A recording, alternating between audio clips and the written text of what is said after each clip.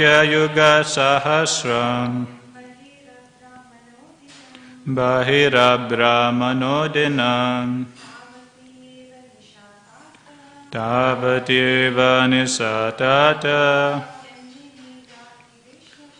Yanimilati Vishwashri Trilokya Yuga Sahasram Bahira Brahmanodinam Tavati eva nisatata Yanimilati Vishwashri Trilokya Yuga Sahasram Bahira Brahmanodinam Tavati eva nisatata Yanimilati Vishwashri. Word for word translation. Trilokya, of the three worlds. Yuga, the four yugas. Sahasram, 1,000. Bahi, outside of. Abbrahmanaha, up to Brahmaloka. Dinam is a day. Tavati, a similar period. Eva, certainly. Nisa is night. Tata, O dear one. Yat, because. Nimilati, goes to sleep. Vishwashrik, Brahma. Translation and purport by His Divine Grace, Srila A.C. Bhaktivinoda Swami Srila Prabhupada, Srila Prabhupada Ki Jai. Translation. Outside of the three planetary systems, namely Swarga, Martya and Patala, the four yugas multiplied by 1,000 comprise 1 day on the planet of Brahma. A similar period comprises a night of Brahma in which the creator of the universe goes to sleep. Purport. When Brahma goes to sleep in his nighttime, the three planetary systems below Brahmaloka are all submerged in the water of devastation.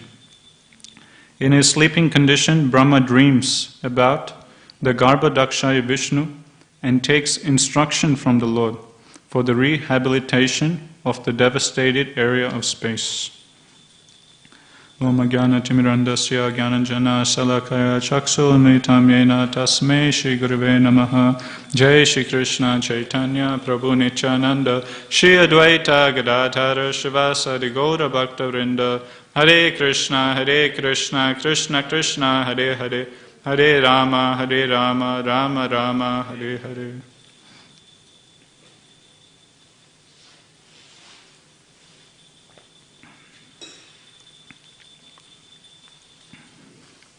Hare Krishna, everyone. So thank you for coming to Srimad Bhagavatam class today. So we're continuing our discussion from 3rd canto, chapter 11, titled Calculation of Time from the Atom. And today we're on text number 22.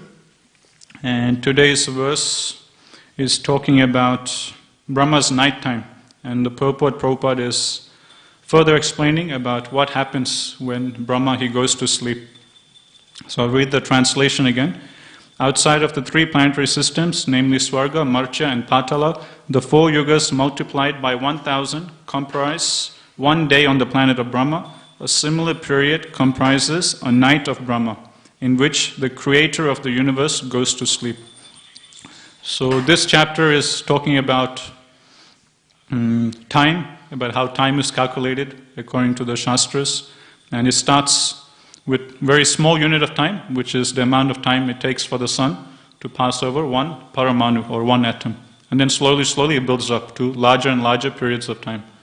So now Maitreya Rishi is talking about the time span of one whole day of Brahma, How long is that? One full day of Brahma, or 12 hours of Brahma's day, is equal to 1,000 Divya Yugas. And every Divya Yuga has one Satya Yuga, Treta Yuga, Dwapar Yuga, and one Kali Yuga. And one full Divya Yuga equals to 4.32 million years. So that's one full cycle. Satya, Treta, Dwapar, Kali Yuga together equals 4.32 million years. And today's verse, Maitri Rishi is saying, one full 12 hours of Brahma's day equals to 1,000 of these Divya Yugas. So you times 4.32 million years by 1,000, that gives you 4.32 billion years. So that's one full day of Brahma, or 12 hours of Brahma's day, is equal to 4.32 billion years.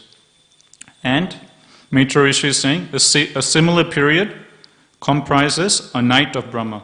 So 12 hours of Brahma's day is 4.32 billion years, and Brahma's night is also same. Brahma's night time is also 4.32 billion years, in which the creator of the universe goes to sleep. Now what happens when Brahma goes to sleep? What happens during Brahma's night? Prabhupada is giving insight in the purport. In the purport, Prabhupada is writing, when Brahma goes to sleep in his night time, the three planetary systems below Brahma Loka are all submerged in the water of devastation. So this is talking about, Prabhupada is explaining about the partial annihilation which takes place at the end of every day of Brahma. So in the 12th canto of Bhagavatam, it's explained, in our particular universe, in this material universe, 4 kinds of annihilation take place. The first kind of annihilation is the full annihilation at the end of the universe. So when Brahma has lived for 100 full years, and when Brahma's time is up, at that time the whole universe is destroyed. And everything goes back into Mahavishnu. So we have a picture on top of the bookcase over there of Mahavishnu. When Mahavishnu, he breathes in, or when Mahavishnu breathes out, all the universes, they get created. They all sprout up from the pores of his skin, from the pores of his transcendental body. And then when Lord Mahavishnu, he breathes in, when he breathes in, all the material universes, the infinite material universes, they all get destroyed, they all come merge back into his transcendental body. So that's the first type of annihilation, 12th canto of Bhagavatam explains, which is the final annihilation, the total annihilation of the whole material universe. The second type is partial annihilation, which takes place at the end of every day of Brahma, and that's what's being discussed in today's verse and purport. The third type of destruction is, Bhagavatam explains, the gradual destruction of all material things. So all material things we surround us, the houses, the buildings, technology, the cars, everything. Everything is going through a gradual process of destruction. Just like this mic stand, it's fairly new, but slowly, as time goes along, slowly it'll start to deteriorate until a point will come when it won't work anymore and it will be dismantled, it will be destroyed. In the same way with the buildings around us, the cars we're using, they'll last for 20, 30 years, 40 years, then the cars will stop working, the cars will be destroyed. So there's a slow, gradual destruction of all material things, of all material elements in the material universe. So that slow, gradual destruction of all material things, that's the third type of annihilation, Bhagavatam explains. And then finally, the fourth type of annihilation is when the jiva, he gives up his gross body and he also gives up his subtle body. And he liberates himself and goes back home, back to the spiritual world. So that's the fourth type of annihilation given in 12th canto of Bhagavatam. When the soul, he becomes completely pure, he liberates himself both from the gross body and also from his subtle body, also from his material mind, intelligence, false ego. He gets liberated and he goes back home, back to the spiritual world. So in today's purport, Prabhupada is talking about partial annihilation. Now what happens during partial annihilation? There is Prabhupada's writing that the 3 planetary systems below Brahma Loka, they're all submerged in the water of devastation. So there's 14 planetary systems, and another way you can divide all the planetary systems is in 3 parts. One is Swarga Loka, Martya Loka, and Patala Loka. So Patala Loka, that's referring to all the planetary systems below us, below Bhumandala. And Marcha Loka, that's referring to the middle planetary system, where we're all situated on, Bhumandala. And then there's Swarga Loka. Swarga Loka is where all the demigods live. We have 330 million different demigods, so all of them, they live in Swarga Loka. So the moon god, the sun god, Surya Dev, Dhruva Loka, all the stars we see in the sky, all the planets we study in high school, Mars, Venus, Jupiter, Saturn, all these different planets, they're all situated, all the different stars, planets, all the demigods, they're all situated in Swarga Loka. The Sapta Rishis, pole star, it's all over there in the Swarga Loka. Then beyond Swarga Loka, there is 4 more planets, which isn't included in the division of the 3 planetary systems. So after Swarga Loka comes Maharloka, Janaloka, Tapaloka, and Satyaloka. So at the end of every day of Brahma, all the planetary systems, except for the top 4, they get destroyed. So Maharloka, Janaloka, Tapaloka, and Satyaloka, these 4 planetary systems, they don't get destroyed by the waters of devastation. But Swarga Loka, where all the demigods live, that gets annihilated. Bhumandala, the middle planetary system where we're situated, that gets covered over by the waters of devastation. And then all the lower planetary systems, they also get covered over by the lower planetary systems. But the top 4 planetary systems, right on the top of the universe, they are untouched. So Mahaloka, Janaloka, Tapaloka, and Satyaloka. Satyaloka is where Lord Brahma lives. They're untouched by the waters of devastation. And so during the period of the whole lifetime of Brahma, every time he goes to bed, every time he sleeps, when he wakes up in the morning, he sees that the bottom 10 planetary systems are completely devastated by the waters of devastation. And then he has to again recreate the whole Swarga Loka, recreate the whole Marcha Loka, and recreate the whole Patala Loka. But the top 4 planetary systems, they remain untouched. And it's given in Bhagavatam, the top 4 planetary systems, that's where all great sages, rishis, and yogis, all of them, they live in the top 4 planetary systems. And not only does Brahma live for the entire duration of the whole universe, but it's given all the residents in Brahma's planet, Satyaloka, and also all the residents in Mahaloka, Janaloka, Tapaloka, all of them, they live for the entire duration of the universe. But in the other lower planetary systems, Swarga Loka, Matcha Loka, Pataloka, there is repeated birth and death. So then all those residents in the lower planetary systems, or Swarga Loka, Matcha Loka, Pataloka, they have to repeatedly take birth and death. They have to repeatedly go up and down. So when the Shastras, they talk about the cycle of birth and death, that cycle is going on in the context of Swarga Loka, Marcha Loka, and Patala Loka. Because once one reaches those top 4 planetary systems, Mahajanas, Tapa, or Satyaloka, then they just continue existing till the end of the destruction of the universe. And then when the universe is destroyed at the end, when Brahma's lifetime is over, in general it's mentioned, all the residents of these top 4 planetary systems, usually, generally speaking, they'll all be devotees of the Lord, and along with Lord Brahma, all those residents of the higher planetary systems, they'll all go back home, back to Godhead, back to Vaikuntha.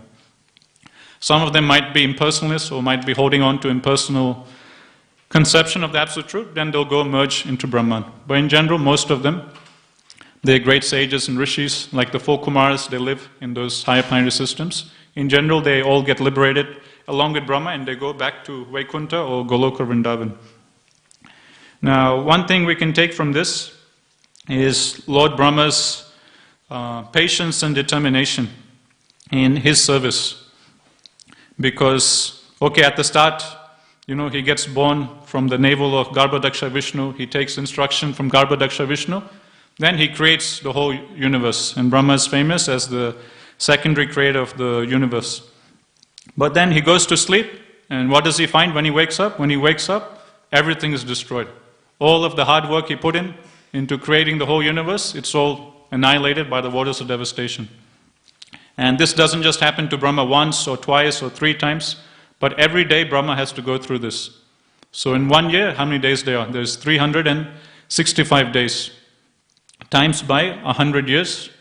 So 365, 100 years, 100 days Brahma lives for, and that's how many times Brahma has to go through this. It's like you're living in a, let's say, 2-bedroom house, and nighttime comes, upstairs is your bedroom, you go up to sleep in your bedroom upstairs. Nighttime is finished, you wake up, you come downstairs in the morning. When you come downstairs in the morning, everything is flooded.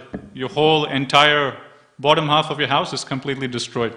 There was a big flood while you were sleeping, and the whole lounge area at the bottom of your house, your nice kitchen, your nice garden, back garden, front garden, your laundry area downstairs, your 3rd bedroom, which is downstairs, everything is just destroyed, everything is all over the place. And then again, you have to, dry up the place, recreate your lounge room, buy a new TV, buy a new sofa, buy new furniture for your dining room, replant the plants in your back garden, front garden, do up your garage is completely flooded, the car which you have in your garage, it's also destroyed, buy a new car, so again you have to redo everything. You know how frustrating would that be? When you wake up in the morning and you see the whole bottom half of your house is completely destroyed. Then you go to sleep after, then you fix up everything, you have a normal day, then you go back to sleep. Then again, when you wake up the next day in the morning, you come down, again, same thing you see. The whole bottom half of your house is completely destroyed by another flood. So once it's okay, twice it's okay, 3 times it's okay, after 4th time, you just get fed up. Like, what is this? Why is it that this is happening to me? I don't deserve this. And you just get frustrated, you just probably leave that place out of frustration. But this is what Lord Brahma has to go through every day. Every day, the bottom 10 planetary systems, they get completely destroyed. They get completely submerged in the waters of devastation, and he has to recreate it. So you can imagine the patience of Lord Brahma. He has to go through this not once or twice, but 365 times 100. That's how many times he has to go through this. 36,500 times he has to go through this over and over again. But he never loses patience. He never loses determination, because this is the service that Krishna has assigned for him. So very patiently and with great determination, Brahma goes through this every day in the morning. That's the last thing you want to see in the morning. In the morning you wake up, you want to have a positive start to the day. But for Brahma, every day is in one sense, a negative start to the day. Everything is destroyed, and again he has to go through it. But you can just try and put yourself in Brahma's position and just think, how frustrating of a situation would be. But Brahma, he sees Krishna's hand in everything. And because he sees Krishna's hand in the annihilation of the universe, he doesn't become frustrated. He doesn't see it in a negative outlook, but he simply sees it as the mercy of the Lord. He simply sees it as another service opportunity, and with great patience and determination, every day when Brahma wakes up in the morning, he recreates the universe. So in this way, this is one lesson we can take from Brahma about patience and determination. And Srila Rupa Goswami, he explains that for success in spiritual life, one needs to have these 2 qualities, Utsaya, Nischaya, Dhairat. First comes enthusiasm. Prabhupada explains enthusiasm. To get anything started, firstly, we need to be enthusiastic. If someone is not enthusiastic, they won't even get up. They won't even get out of bed, do anything. They'll just sit wherever they are. So to get the engine rolling, to start the engine, to get the car moving, firstly there has to be enthusiasm. Then next comes Nischayat and Dhairat. Next comes patience and then determination. And Prabhupada explains, if we can acquire and cultivate these qualities of patience, determination, and enthusiasm, then we'll be successful in life, we'll be successful with any service we do. So Brahma, as the head of our parampara, he is demonstrating these qualities. And in terms of determination, in Bhagavatam or Krishna book, Prabhupada explains the example of determination, the ideal example of determination is Mother Rukmini. So if you remember Krishna Lila, Mother Rukmini, she's heard from great sages. She's never seen Krishna personally, but she's heard from great sages and rishis who used to come to her palace, to her father's palace. She used to hear from them about the glories of the Supreme Lord, about how merciful he is, how kind he is, and how beautiful the Supreme Lord is, how beautiful Krishna is.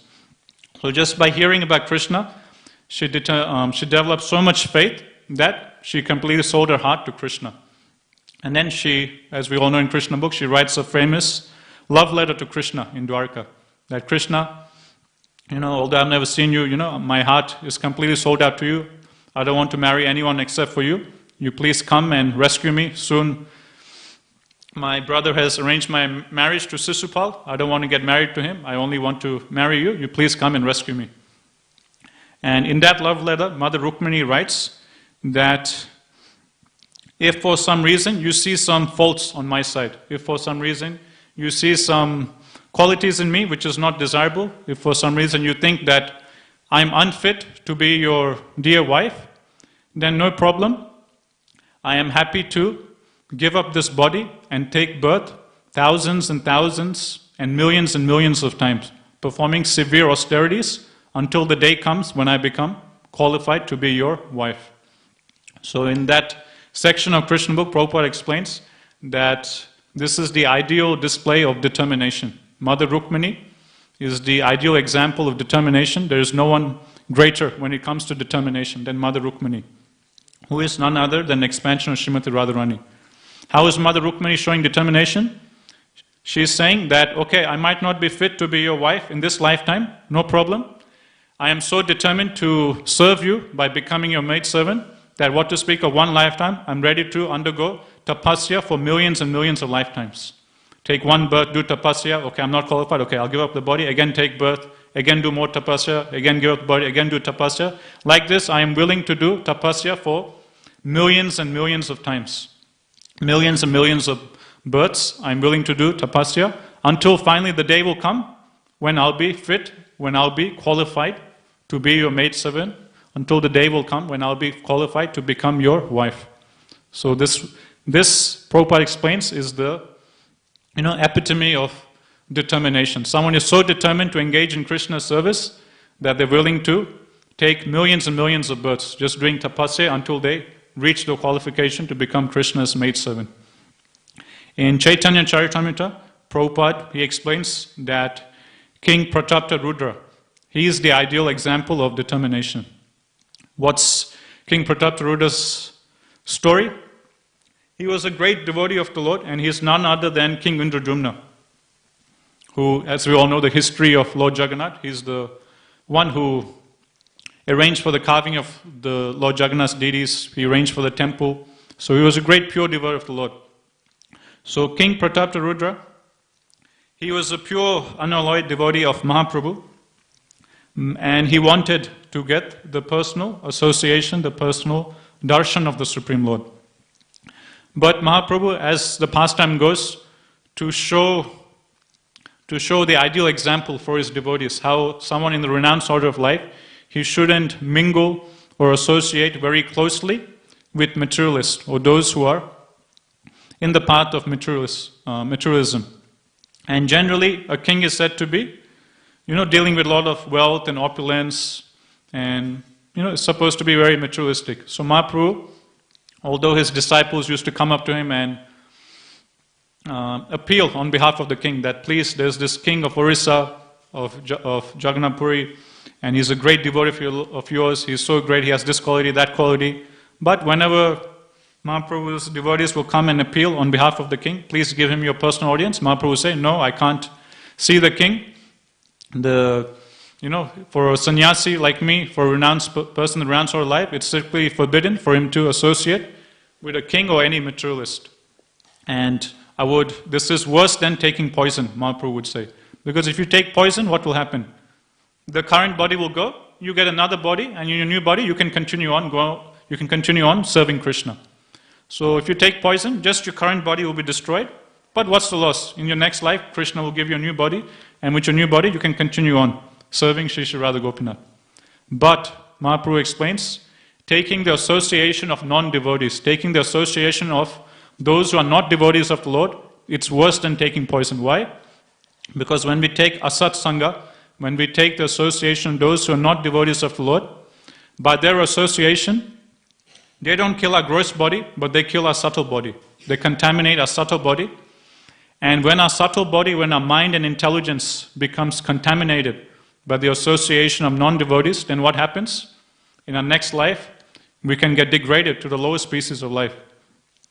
And worstly, our consciousness, our minds can become so contaminated that we'll lose the service of the Lord. We'll become just like them, and we'll stop being devotees, and we'll lose the most prized possession, or the most prized treasure of service to the Supreme Lord. So in this way, Mahaprabhu explains that association with non-devotees, association with materialists, is worse than taking poison. Because if you take poison, just your gross body will go. Next life, you get a new gross body, and you can continue serving on Krishna. But if you associate with non-devotees, the poison of asatsanga is so powerful that your subtle body will be contaminated. Your mind intelligence will be contaminated, and then when the mind intelligence is contaminated, one can very easily lose the service of the Lord. One can very easily lose the association of the devotees of the Lord and the association of Krishna himself. So Mahaprabhu, he is very strict and very relentant to see King Pratapruta. Now Mahaprabhu, he is none other than Antaryami. He is none other than the super soul in the king's heart. And he knows that this king is no ordinary king. He knows that this king is completely pure, and there's not a single trace of mature desire in this king's heart. But just to set an ideal example for all of his followers, for the future of those who will be in the renounced order life, Mahaprabhu, he displays this as part of his pastimes. And so many devotees, Sarvabhauma Bhattacharya, Ramananda Roy, they tried appealing on behalf of the king to Chaitanya Mahaprabhu, please give your mercy to this king. But Mahaprabhu was very strict. Mahaprabhu said, no, I cannot see this king. If you guys keep on insisting, then I'll leave Jagannath Puri, I'll go away by myself. Don't ask me this again. So when the king heard this, naturally his heart was broken. Because within his heart, he just has full-on unalloyed devotion towards Mahaprabhu. But the same Lord he's worshipping with pure devotion, that same Lord is rejecting him. The same Lord is not giving him his audience. But if we were in that situation, from within our heart we were sincerely serving someone, but that someone is rejecting us, then naturally that would lead to frustration. Why is it he's not giving me mercy? Why is it he's not showing me compassion? I'm doing everything for his pleasure. I am completely sold, I am completely surrendered unto him, but still he's not showing me mercy. He's not showing me compassion. But this wasn't the mood of the king. This wasn't the mood of King Pratapruta. Instead, he took it on his part that the fault is on my behalf. I am at fault. And the king told the associates of Mahaprabhu, like Sarvabhauma Bhattacharya, Ramananda Roy, that, okay, I might not be qualified in this lifetime to get Mahaprabhu's association, no problem. I will give up my post as the king. I will become a mendicant. I will just go out begging and do severe tapasya. And I'm ready to take many, many births until the time will come when Mahaprabhu will give me his audience. So again, just like Mother Rukmini was saying, okay, I'm not qualified now. Okay, then I'm ready to take on many, many births in the future, doing tapasya, doing austerities until I qualify myself. Same mood the king displays in Chaitanya Charitamrita, saying, okay, I'm not qualified to see Mahaprabhu, no problem. There must be some fault in me. I'll give up my post as a king. I'll just simply become a beggar and do tapasya in this lifetime. I'll give up my body. Then I'll continue on taking many, many births until I qualify myself. So this is the pure, high-level determination of these great devotees like Mother Rukmini, King Pratapruta. And this is the determination that wins over the Supreme Lord. Just like in Bhagavatam also we see the example of Dhruva Maharaj. Again in Bhagavatam, Prabhupada says that Dhruva Maharaj is the ideal example of determination. So in Krishna book, Prabhupada says, Mother Rukmini, she is the example of determination. In Chaitanya Charitamrita, Prabhupada says, King Pratapruta, he is the ideal example of determination. And in Bhagavatam, Prabhupada says that Dhruva Maharaj, he is the ideal example of determination. And who's Dhruva Maharaj? He's just a 5-year-old boy. But he's so determined, he's going out to the forest by himself, alone, in search of Vishnu. His mother had told him. It's funny, when he comes crying to his mother, and his mother asks, what happened? Then he explains, this is what happened. And then his mother tells him that I can't do anything to help you. There is only one person that can help you, and that person is Vishnu. And in the Prabhupada, he gives one insight which is not mentioned in the translations of Bhagavatam. Prabhupada writes in the purport that when Dhruva Maharaj's mother, Queen Suniti, when she tells Dhruva Maharaj to go to the forest, Dhruva Maharaj's mother tells Dhruva Maharaj that go and worship Vishnu in the forest. The compassion, the kindness, the love of millions of mothers combined together, that is the love, that is the compassion, that is the mercy of Vishnu. You're coming and crying to me, thinking I am your mother. And yes, I am your mother. Yes, I'm showing you great love, affection, and kindness upon you. But you take my love, you take my compassion, you take my kindness, and you multiply that by thousands, not thousands, by 1,000,000 times. That is the mercy, that is the kindness, that is the love that Lord Vishnu has for you. So I can't do anything to help you. You go and take shelter of Vishnu. So in this way, Mother Suniti, she instructs her 5-year-old child Dhruva Maharaj that go and take shelter of Vishnu. The love and affection Vishnu has for his devotees is equivalent to 1,000,000 mothers' love. So we can think back to the love and affection our own mothers have given to us. So much love, affection, all of our mothers have put into us, right from childhood. So much sacrifices, so much selfless service, all of us mothers have rendered onto us. And if we think about it, we get a bit emotional, how much my mother sacrificed for me, how much selfless, things she did for me. And it's very emotional thinking about it. But Dhruva Maharaj's mother Suniti, she's saying, that same love one particular mother has for her child, you times that by 1,000,000 times, that is the love that Vishnu has, that is the love that Krishna, Shri Radha Gopinath have for us. So in this way, Mother Suniti, she instructs this to Dhruva Maharaj and sends Dhruva Maharaj to the forest. And then Narad Muni comes, and Narad Muni again preaches to Dhruva Maharaj that what are you doing? You're just a 5-year-old boy. This is no place for you to be in the forest doing tapasya. You should be going and playing. Why take these insults so seriously? It's beyond you. Don't think about this. Go back to your kingdom. In the forest, there'll be wild animals. It's a dangerous place. Like this, in many, many different ways, Narad Muni, he tries to instruct Dhruva Maharaj to go back. But no, Dhruva Maharaj is very determined. And he says, no, I'll come to the forest for a reason, and I'm not going back until I meet Vishnu, until I see or take darshan of Vishnu. If you can help me, help me. If you can't, then please let me go. So this was Dhruva Maharaj's determination. Then Narad Muni, he instructs him. Narad Muni becomes his spiritual master and instructs him how to meet Vishnu. And Dhruva Maharaj, he so strictly and so sincerely follows whatever instructions Narad Muni gave him. And in that section of Bhagavatam, Prabhupada explains that this is the ideal example of determination. Dhruva Maharaj's determination in following strictly the instructions of his spiritual master Narad Muni, Prabhupada explains, that was the qualification of Dhruva Maharaj seeing Vishnu. Generally, one has to do tapasya for many hundreds and thousands of years. But Dhruva Maharaj, just in 6 months, which is so quick in terms of the years of tapasya, just in 6 months, he was able to immediately get darshan of the Lord. So how is it that something that great yogis and rishis take thousands and thousands of years to attain, Dhruva Maharaj just got just like that in a second. Just in 6 months' time, very quickly he got darshan of the Supreme Lord.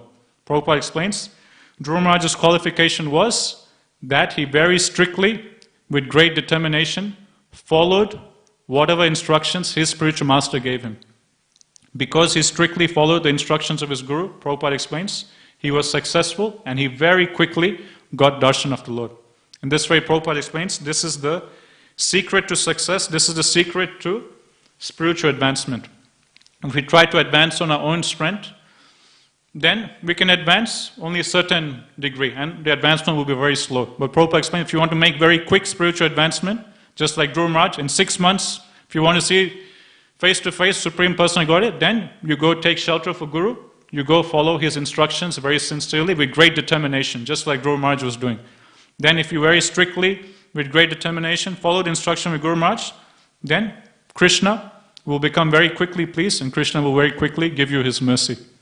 So Prabhupada explains this is the fast track to devotional service.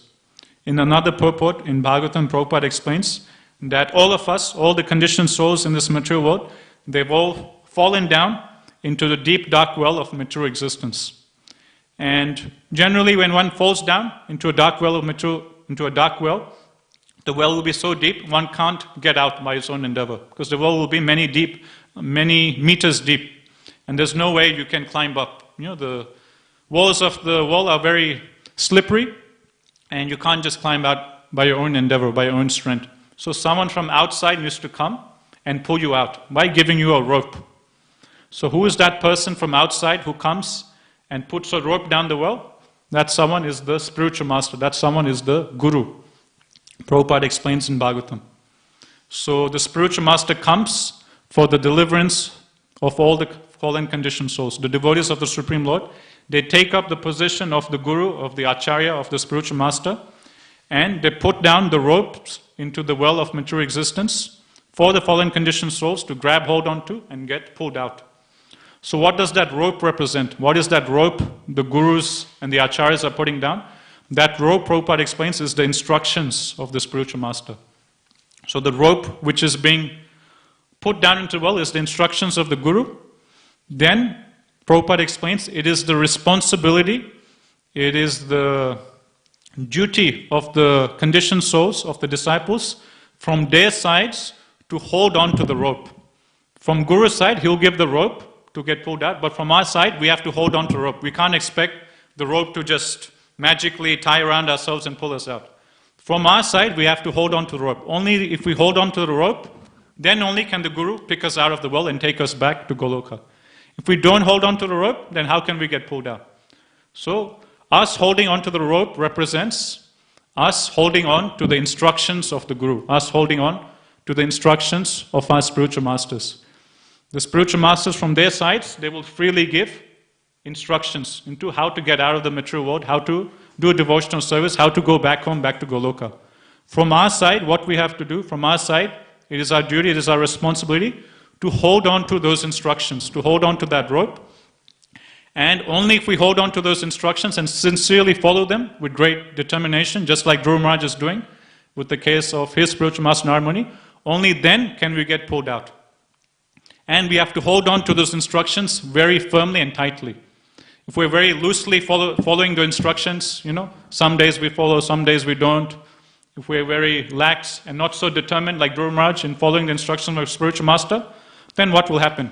We'll be holding on loosely, we'll get pulled up slowly, but because our grip on the rope is not so strong, after some time we'll let go, again we'll fall back down. So that's why Prabhupada explains, we have to hold on very tightly to the instructions of the spiritual master. Otherwise, if we hold on very loosely, okay, we'll make some advancement, but because our hold on the instructions is very loose, after some time, we'll slip, we'll let go of the rope, again we'll come back down. So Prabhupada, again and again, his purpose, he mentions the same point again and again. Success in spiritual life is dependent on how strictly or how tightly we hold on to the instructions of our spiritual masters, how strictly and tightly we follow the instructions of our gurus, of our spiritual masters. More strictly, more tightly we hold on to those instructions to our heart, more quickly we'll make advancement. And we see Srila Prabhupada so exemplifying this principle in his own life. In his first encounter with Srila Bhaktisiddhanta Saraswati Maharaj, Prabhupada was instructed to go, you're an English-speaking man, go and spread the message of Lord Chaitanya Mahaprabhu in the English-speaking world. And Prabhupada, he never forgot that. Throughout his whole life, he was meditating on that for 40, 50 years. And at the age of 70, Prabhupada finally, he came to America. And I was listening one lecture, my Guru Maharaj was explaining that in one of his, how in the whole first year, Prabhupada was in America, Prabhupada had literally zero success. He had very little results in the whole first year, and during his whole first year, Prabhupada, he had to go through great struggle. But again, Prabhupada was very determined. He didn't give up on the mission. He didn't give up on the instructions of his spiritual master.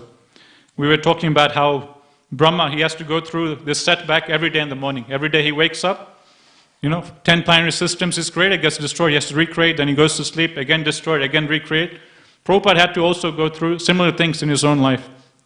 Just like Prabhupada, during his Grahastha life, he was writing manuscripts for Bhagavad Gita, translating Bhagavad Gita, writing purports. And he had it on his desk, many, many months worth of hard work. His whole manuscript Bhagavad Gita was there on his desk. Then what happens? One day, the tea wala comes and there's nothing for his wife to give in return for the tea biscuits or the tea. And his wife, finding nothing else, gives the manuscripts Prabhupada has worked on for so many months in return for tea biscuits. Prabhupada comes home and is searching his desk. Where is my Gita manuscripts? Where is all my Gita commentary, my purports, my translation, which I spent so many months working hard on? Where did it go? It just suddenly disappeared. Then he finds out that his wife has given it in exchange of tea biscuits. And this doesn't just happen to Prabhupada once. Same thing happens to Prabhupada again when he goes to America. When he goes to America, New York, Prabhupada is staying in one small room. And one day, Prabhupada comes to his room and he finds that someone has broken into his room. And again, the Gita manuscripts is written for a second time. Again, it's stolen. It's disappeared. Someone broke in. And not only his Gita manuscript, but I think he had a typewriter Prabhupada was using. Even that was stolen in America. Again, it happens to Prabhupada for a second time. So just imagine how frustrating it will be. So many hours and hours of meditation, translating very carefully Bhagavad Gita, looking at the different acharyas' commentaries, meditating what to write, slowly composing all the purports, commentaries. And then once all your manuscripts get sold, for what? For tea biscuits, second time, you're in America, all by yourself. You would think people will have compassion on you, people will come and help you, but instead of people coming and help you, people break into your tiny little room, they steal your only possession. All Prabhupada had was just a simple typewriter which he was using to write. That gets stolen, and all of his manuscripts again disappear. So just imagine how frustrating of a situation it would be for Prabhupada. But Prabhupada, he sees Krishna's hand in everything, and he doesn't get disappointed, he doesn't get frustrated, he just continues. Again, he writes for a third time. He continues writing his manuscripts for Bhagavad Gita. So same thing Brahma is going through, same thing Prabhupada is going through. And these pure devotees of the Lord like Brahma, Srila Prabhupada, during all these setbacks, how is it they're not getting frustrated? How is it they're not getting disappointed? How is it they're not giving up? For ordinary persons just like us, after a few times, we'll just get fed up, we'll get frustrated, we'll give up. And it's very negative experience for our minds, for our consciousness, for our intelligence. But why is it these pure devotees, they get unaffected by all of this? The reason is because they see Krishna's hand in everything. When Brahma wakes up in the morning, he sees 10 planetary systems destroyed. He doesn't get frustrated, he doesn't get disappointed. Why? Because he understands this is the will of the Supreme Lord. Vishnu, my dear Lord, he wants this to happen, that's why it's happening, and he wants me to recreate. Okay, no problem, I'll recreate. When Prabhupada's manuscripts are being stolen, his typewriter is going, Prabhupada, he's seeing Krishna's hand in this. Krishna is the supreme controller. Krishna is the cause of all causes. Sarva karana karanam. Krishna is trying to teach me patience. Krishna is trying to teach me determination. For some reason, Krishna has done this to me. This is Krishna's mercy upon me. So pure devotees of Lord, they see Krishna's hand in everything. And they're seeing everything as Krishna's mercy. That's why, even in apparent setbacks, even in apparent negative scenarios, pure devotees, they don't get disappointed, they don't get frustrated. And because, why? They see Krishna's hand in everything. They see everything as Krishna's mercy. So, same thing we can try and apply in our life. Whatever happens to us in life, either good or bad, we see that as the arrangement of Sri Sri Radha Gopinath. Prabhupada explains at the start of teachings of Lord Chaitanya that when it comes to maintenance, we all know, okay, Brahma is the creator, Lord Shiva is the destroyer, and Vishnu is the maintainer. Prabhupada in teachings of Lord Chaitanya at the start, he explains, although it's said that Vishnu is the maintainer, although it's said that Shiro Dakshai Vishnu, he is seated as the super soul in the hearts of all living entities, but Prabhupada explains, when it comes to Krishna's devotees, when it comes to the devotees of the Lord, it's not Shiro Dakshai Vishnu who is sitting in their hearts, it's Swayam Krishna himself who is sitting in their hearts, it's Swayam Krishna himself who is instructing them, guiding them and maintaining his devotees. So in our hearts, it's not Shri Dakshai Vishnu who is maintaining us, instructing us, it's Sri Sri Radha Gopinath themselves who are seated within the hearts, instructing us and guiding us. So the guidance is constantly there, and whatever is happening in our lives, we should see that as directly happening due to the will of the Supreme Lord, due to the will of Sri Sri Radha Gopinath. If we always remember Sri Sri Radha Gopinath's hand in everything, then no matter whatever happens to our life, we can stay cool, we can stay calm and relaxed, understanding that this is the will of the Lord, okay, I have to go through this. And then we won't get frustrated, we won't get so much bogged down, and we can continue on in our devotional service with great patience and determination, as exemplified by Lord Brahma and Srila Prabhupada himself. So just like Brahma was going through his setbacks, Srila Prabhupada, he also went through his setbacks. And if we read Lilamrit, we'll see that during the whole first year Prabhupada was in New York, Prabhupada was all by himself, and Prabhupada had very little success. And again, if we were in that situation, in a brand new country, no contacts, we don't know anyone else, we try to do some preaching, we try to do some outreach, and a whole year goes by, 12 months, 54 weeks goes by, we have 0 results or very little results, then we'll think, to go back, we'll think, okay, this is too much, I tried, let me go back. But Prabhupada continued on with great determination. In one of the early lectures in New York during that first year, my Guru Maharaj was sharing in one class how Prabhupada in this very early lecture in New York, during this time when he's struggling, he is giving this class, Bhagavatam class, to whatever devotees or whatever guests or hippies were present at that time, and Prabhupada was revealing his heart to those students, telling them that actually my heart longs to go to Vrindavan. I am very much missing Vrindavan Dham. I am very much missing my home in Vrindavan, and my heart is longing to go back home, back to India, back to Vrindavan, where I was staying for so many years. Then Prabhupada, he's having a conversation between himself. And then Prabhupada, he plays the role of another person. And Prabhupada says, then why are you here, Swamiji? Why are you here in New York? Why didn't you catch the ship back? Why didn't you catch the plane back to India? Why are you still here? If you're missing Vrindavan, if your heart longs to go to Vrindavan, then just go back. Why are you still here? Then Prabhupada, he himself responds to that question and says, because I'm obligated by duty. Because I'm obligated by duty, I'm still here. What is that duty? Prabhupada explains, my spiritual master, Srila Bhaktisaranta Saraswati Thakur, has instructed me to go and preach in the Western countries, in the English-speaking land. That's why I'm still here. Although it's hard, although it's tough, although my heart longs to go to Vrindavan, I am obligated by duty, the duty of following the instructions of my Guru, and because I'm obligated by duty, I am still here, I'm still trying my best to preach. So again, we see that same mood and determination with Srila Prabhupada. So much selfless service. Prabhupada could have stayed in Vrindavan, lived a nice, peaceful life, but no, Prabhupada is taking so much risk and going out of his comfort zone and preaching because his spiritual master instructed him to do.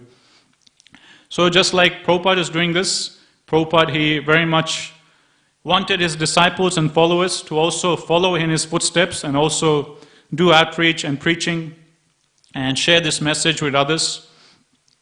One letter Prabhupada writes to one of his disciples that, one of his disciples, I think, was asking Prabhupada, that Prabhupada, what can we do to repay you? You have given us so much, you've given us Krishna, and we're so much indebted to you. Is there something we can do to repay our debt to you? And in one letter, Prabhupada explains, actually, for what the spiritual master has given you, there is no way you can repay the debt to the spiritual master. You will eternally be indebted. So there is no way we can ever repay our debt to Srila Prabhupada, our debt to our spiritual masters.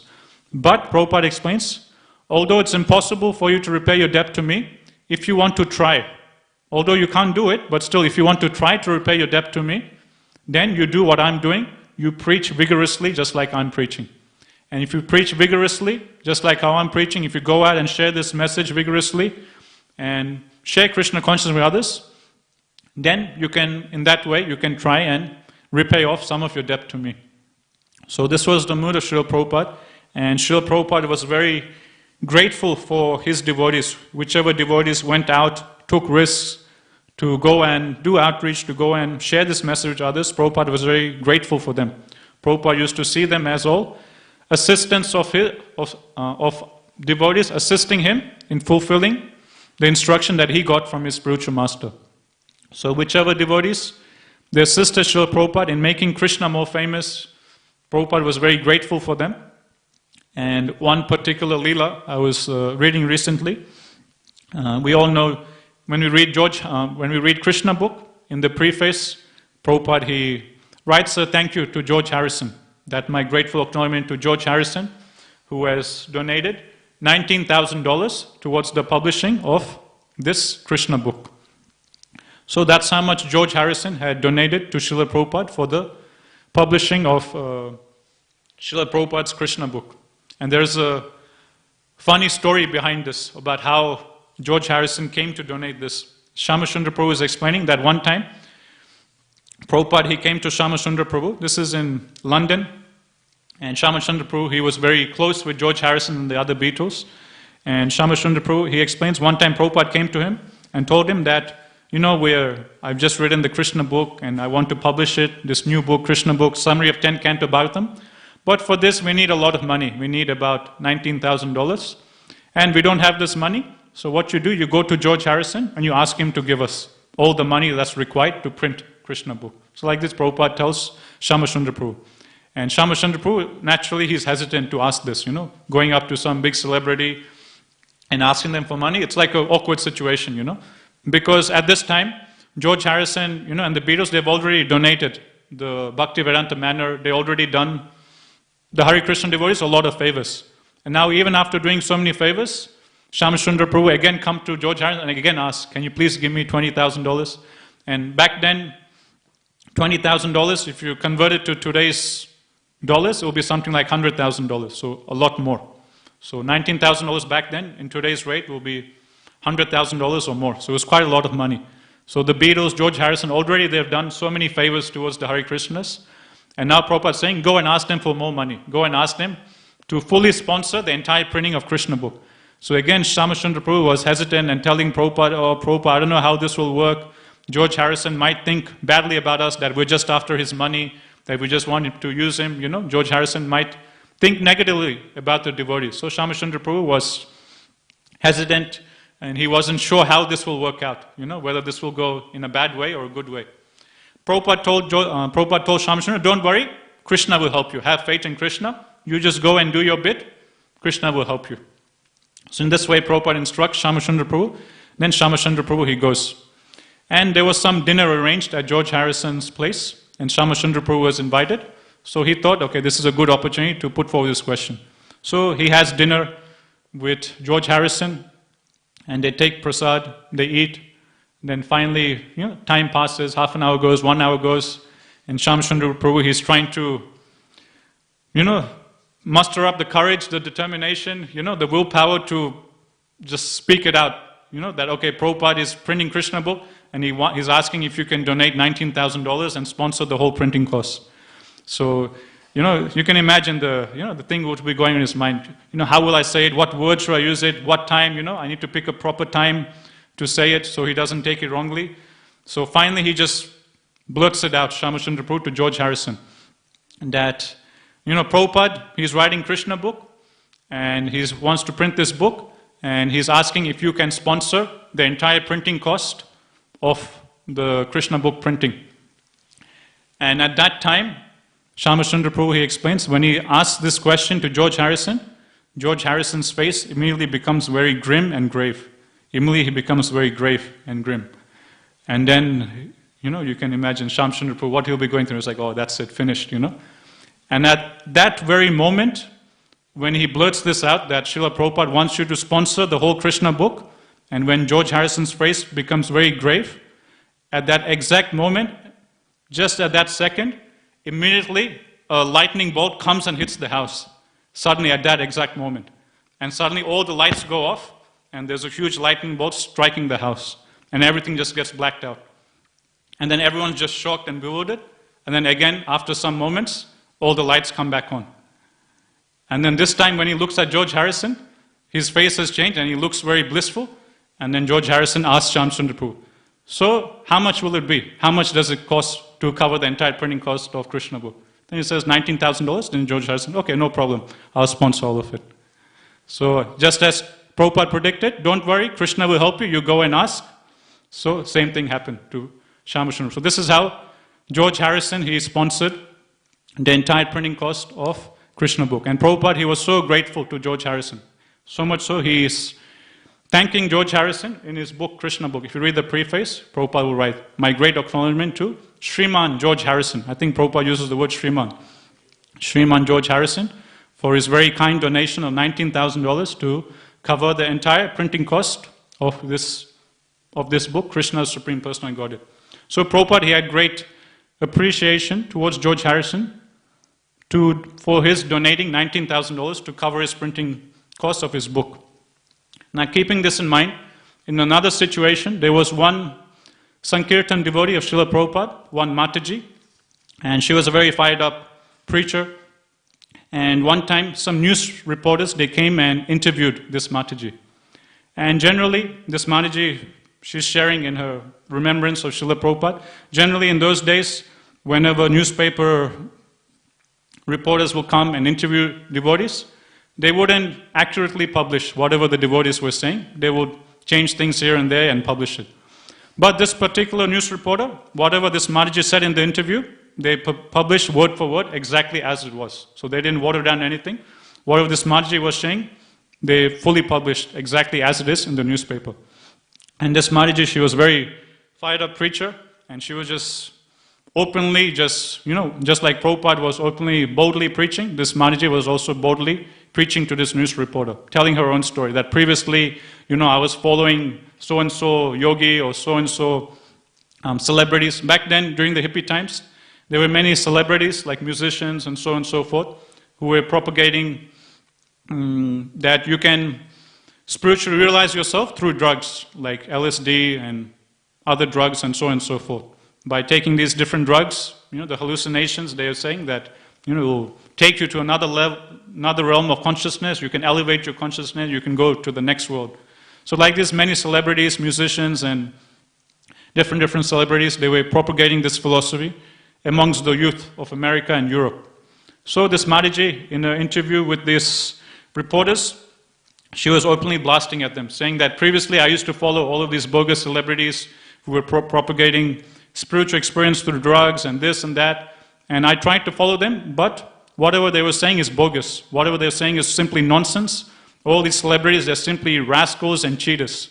No one should follow them. Like this Mataji was openly blasting out at these celebrities, taking the names, saying they're all cheaters. No one should follow them.